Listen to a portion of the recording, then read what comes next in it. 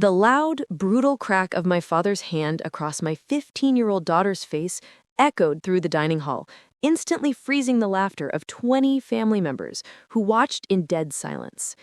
An accidental spill of red wine on his vintage rub had turned my father, Arthur, into a monster, while my spineless relatives murmured that a child simply needed to learn respect. I didn't scream or make a scene. I took my sobbing daughter by the hand, walked out into the rain, and executed a silent, multi-million-dollar financial retaliation I had spent years preparing in secret. By 8 o'clock the next morning, my father was pounding on my front door in tears, begging me to stop the bank foreclosures and criminal charges that had just erased his entire life's legacy. My name is Dallas Joyce. To understand how a single horrifying second at a suburban dinner party triggered the total collapse of a wealthy family dynasty, you have to look behind the pristine facade of the Joyce family and Pinewood Ridge. My father, Arthur Joyce, was a self-absorbed real estate developer who operated Joyce Enterprises with an iron fist, valuing public image and money far above human life. My younger brother, Gavin, was the designated golden child, an arrogant vice president who spent company funds on luxury sports cars while using my father's influence to sweep his operational failures under the rug. For years, I was treated as the invisible family scapegoat. After my husband passed away when our daughter Mia was a toddler, I focused on raising her while quietly building my career, allowing my family to believe I was merely a struggling single mother. What my family never knew was that my modest appearance was an intentional shield. For over a decade, I had been working as the chief risk officer and managing partner for Vanguard Apex Trust, an elite private equity firm specializing in commercial debt restructuring and asset acquisitions. While my father bragged at the local country club about his booming business, Joyce Enterprises was actually hemorrhaging capital due to Gavin's disastrous investments in speculative real estate markets. To keep the company afloat, Arthur had taken out massive high-interest commercial debt lines, using the family's ancestral estate and primary commercial properties as underlying collateral. Through Vanguard Apex Trust, I had quietly bought up 48% of those distressed loan packages, holding the supreme legal authority to foreclose on every single building my father owned at the slightest breach of corporate covenant. I held back, hoping I would never use it, until my father's cruelty destroyed my mercy. The occasion was Arthur's 70th birthday gala at his grand mansion in Pinewood Ridge. Over 20 extended relatives had gathered in the formal dining room, surrounding a custom mahogany table topped with a rare $40,000 antique Persian silk rug that my father treated like a sacred artifact. Mia, who was a quiet, gentle 15-year-old girl who excelled in classical violin, was nervously sitting near the corner of the table. She was wearing her best formal dress, trying her absolute hardest to fit in with the family that had spent her entire childhood making her feel unwelcome and inferior. Halfway through the third course, Gavin's hyperactive golden retriever dog came bounding through the room, slamming into the back of Mia's chair. The violent impact caused Mia's full glass of dark juice to tip over, spilling across the white linen tablecloth onto the edge of my father's carpet. Mia instantly gasped, her eyes wide with terror, as she grabbed her napkin to dab at the liquid. She looked up with trembling lips and whispered, "I'm so sorry, Grandpa. It was an accident. The dog bumped my chair." She didn't even get to finish her sentence. Arthur exploded from his carved leather chair with a primal roar. Before anyone could react, my father reached across the corner of the table, reared his heavy right hand back, and delivered a violent, full-force, open-palm slap straight across Mia's 15-year-old face. The physical impact was so severe that my daughter's head snapped violently to the side, knocking her off her chair and sending her crashing onto the hardwood floor. A heavy, suffocating silence fell over the room as Mia lay clutching her red, rapidly swelling cheek, tears streaming down her face as she sobbed in total terror. I rushed to my daughter's side, pulling her shaking body into my arms, my heart hammering with a scorching rage. But what made my blood run cold was the reaction of my family. My mother merely let out a huff and muttered that Mia should have been paying more attention. Gavin let out a low laugh, taking a sip of wine, while remarking that a little old-school discipline was good for setting boundaries. Not a single relative stood up to defend a terrified girl who had just been assaulted by a grown man over a spilled drink. My father stood towering over us, wiping his hands on a silk napkin, his face twisted into an arrogant sneer. "Get that clumsy brat out of my dining room," Arthur growled. "She ruined my birthday and stained my carpet. Don't step foot back into this house until she learns proper respect." I didn't scream at him or engage in a shouting match. I looked my father directly in his cold eyes, helped Mia to her feet, and wrapped my arms securely around her waist. As we walked out into the pouring night rain, my daughter weeping quietly in my car, a freezing, absolute clarity took hold of my mind. The biological connection that bound me to Arthur Joyce was permanently dead. The moment I pulled into our driveway, I brought Mia inside, applied an ice pack to her swollen face, and called Dr. Sarah Vance, a prominent local pediatrician. Dr. Vance arrived within 20 minutes, documenting the clear handprint contusion across her cheek and officially filing a medical report for physical assault on a minor. Immediately after, I called the precinct commander, filing an official child abuse complaint against Arthur Joyce, backed by the medical report and photographic evidence. At 10 o'clock that evening, I sat down at my desk, logged into the encrypted portal of Vanguard Apex Trust, and initiated a ruthless financial execution. First, I triggered an immediate, non-negotiable default acceleration on Joyce Enterprises' $14 million commercial debt package, citing the criminal child abuse charges against the chairman as an explicit breach of our corporate ethics covenants. Second, I authorized our legal department to issue an administrative freeze on all operating credit lines and liquid reserves associated with Arthur and Gavin's firm. Third, I filed an emergency lis pendens on the Grand Mansion, initiating immediate foreclosure proceedings. While my father slept soundly, convinced he was an untouchable patriarch, the global financial network locked down every corporate account belonging to Joyce Enterprises, and an official arrest warrant was signed by a local magistrate. At precisely 7:30 the following morning, the catastrophic reality of Arthur's actions struck him. He woke up to find his personal black credit cards declined. When he frantically called his chief financial officer, he was met with hysterical panic. Joyce Enterprises' primary operating accounts had been completely seized by Vanguard Apex Trust due to an immediate loan acceleration. Simultaneously, process servers arrived at Gavin's condo, serving him with emergency civil subpoenas regarding a forensic audit that had just uncovered $600,000 in embezzled company funds he had funneled into offshore accounts.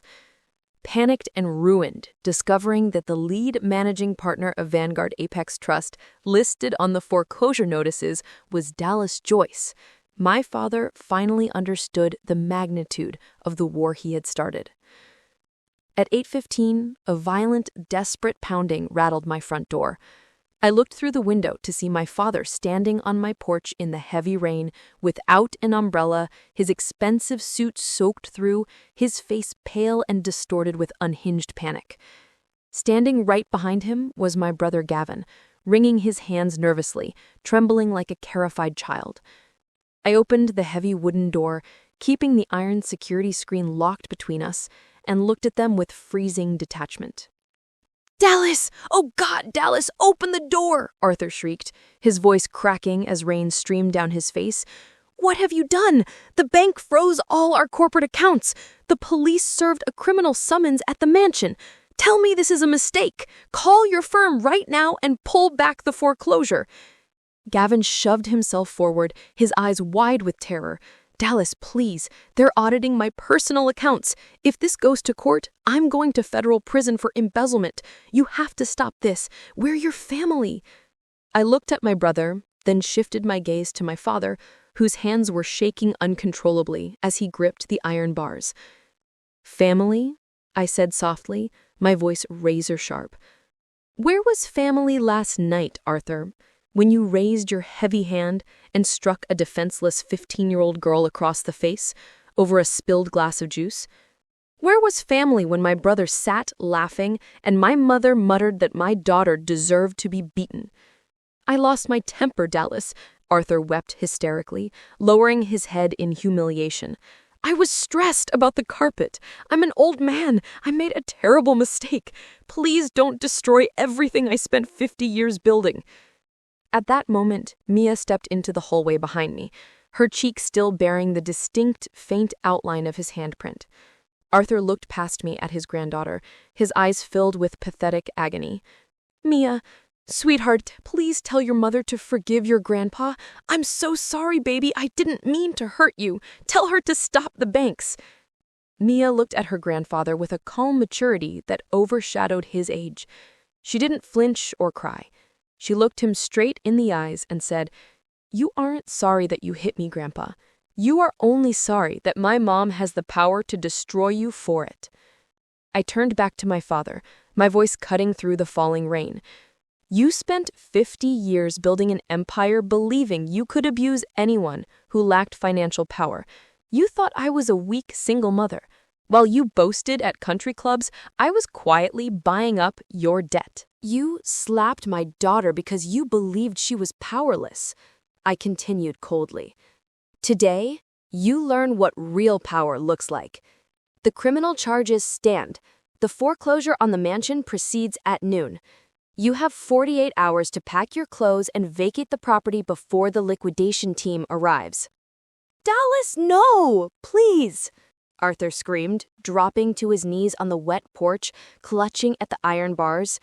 "I have nowhere to go. You're throwing your own father onto the street." "You threw your own granddaughter onto the floor over a carpet," I replied coldly. "Now get off my porch before I call the officers to execute your arrest warrant right here on my driveway." I pulled the heavy wooden doors shut, turned the lock, and walked back into the warmth of my home, permanently shutting out his frantic screaming forever. The legal and financial liquidation of the Joyce family was swift and absolute. Arthur Joyce was officially arrested 48 hours later and processed for misdemeanor child abuse and physical assault on a minor. To avoid a public trial that would destroy what was left of his image, his legal team arranged a plea deal, resulting in a heavy fine, mandatory anger management rehabilitation, 300 hours of community service, and an ironclad restraining order preventing him from coming within 500 yards of Mia or myself. Without operational liquidity, Joyce Enterprises collapsed into total bankruptcy within 30 days. The grand mansion in Pinewood Ridge was foreclosed upon, auctioned off, and purchased by my investment group, which repurposed the land into a community youth art center. Gavin, exposed for embezzling over $600,000 in company assets, surrendered all his personal property to avoid felony prosecution, ending up as a low-level warehouse clerk. Stripped of his wealth, corporate title, and country club standing, my father was forced to move into a tiny rental unit on the industrial edge of town, completely abandoned by the socialites who had once praised his wealth. Meanwhile, in our home, peace and abundance flourished. Mia healed completely, both physically and emotionally, knowing that her mother would stop at nothing to protect her safety. She excelled in her high school academics and classical violin studies, supported by unconditional love.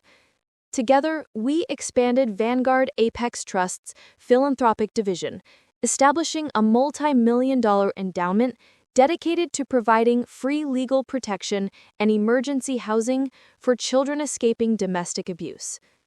Walking through our sunlit garden hand in hand with my daughter, I felt a deep sense of peace, completely free from the shadows of the past, reigning supreme as the unshakable protector of my family's future. This narrative highlights a vital truth regarding authority, family boundaries, and the consequences of unbridled aggression. Physical violence and emotional tyranny within a family structure are never acceptable, regardless of age, status, or provocation. When parental figures use physical force to assert dominance over a child, they destroy the fundamental trust required for healthy human relationships. Arrogance creates a profound operational blindness, leading abusive individuals to believe that their victim is helpless and without recourse.